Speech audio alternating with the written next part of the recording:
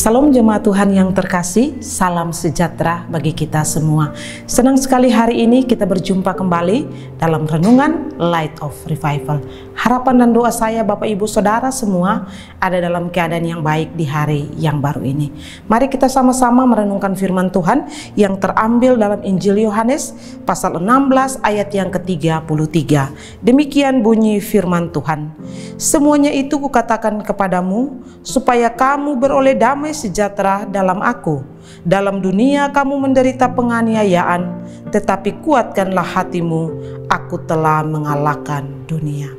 Pesan yang meneguhkan. Saudara yang terkasih dalam Tuhan Yesus Kristus, kalau kita memperhatikan bagian daripada firman Tuhan ini, Yesus pada saat itu mengatakan kepada para murid tentang apa yang akan terjadi dengan dirinya, di mana dia berbicara tentang waktu kematiannya yang tinggal beberapa saat lagi.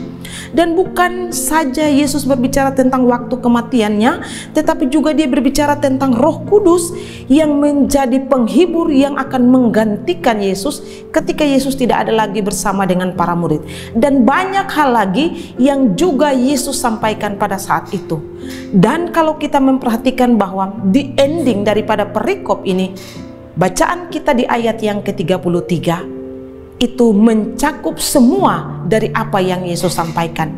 Ada beberapa janji yang Yesus sampaikan, dan itu merupakan pesan yang sangat meneguhkan bagi para murid. Pertama, kita melihat bahwa Yesus menjanjikan damai kepada mereka, kepada para murid, bahwa damai sejahtera Yesus akan berikan kepada mereka di dalam mereka mengiring akan Tuhan, di dalam mereka melayani, di dalam mereka memberitakan Injil.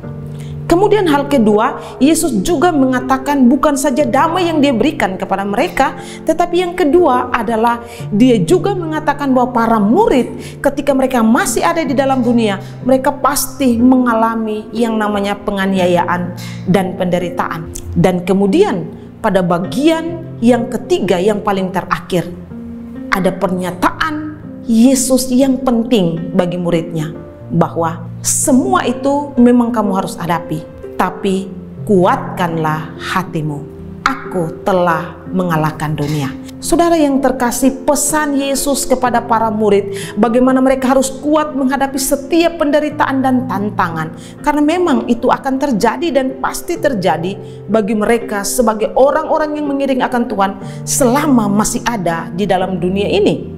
Tapi Yesus memberi peneguhan kepada mereka bahwa mereka harus kuat menghadapi semua itu. Yesus sudah lebih dulu mengalahkan dunia. Kemudian mereka akan dilengkapi dengan janji tentang damai sejahtera. Dengan demikian kita juga dapat menerima pesan ini bagi kita orang-orang percaya masa kini, yakni di dalam mengiring akan Tuhan sebagai orang-orang yang percaya. Tuhan Yesus tidak pernah berjanji bahwa hidup ini akan aman-aman saja.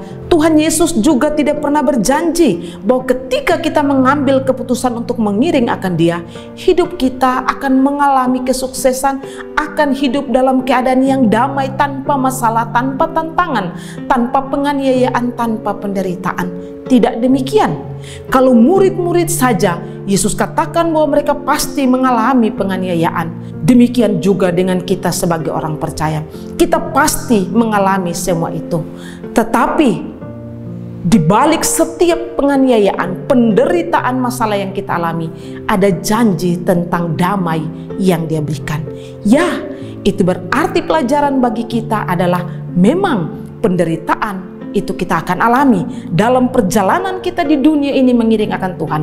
Tetapi kita dilengkapi, dipenuhi dengan damai sejahtera di dalam menghadapi semua tantangan dan penderitaan hidup ini. Dan kita dikuatkan bahwa apa yang kita alami adalah apa yang juga Kristus alami. Dan Kristus sudah mengalahkan dunia. Kristus sudah menang terhadap semua itu.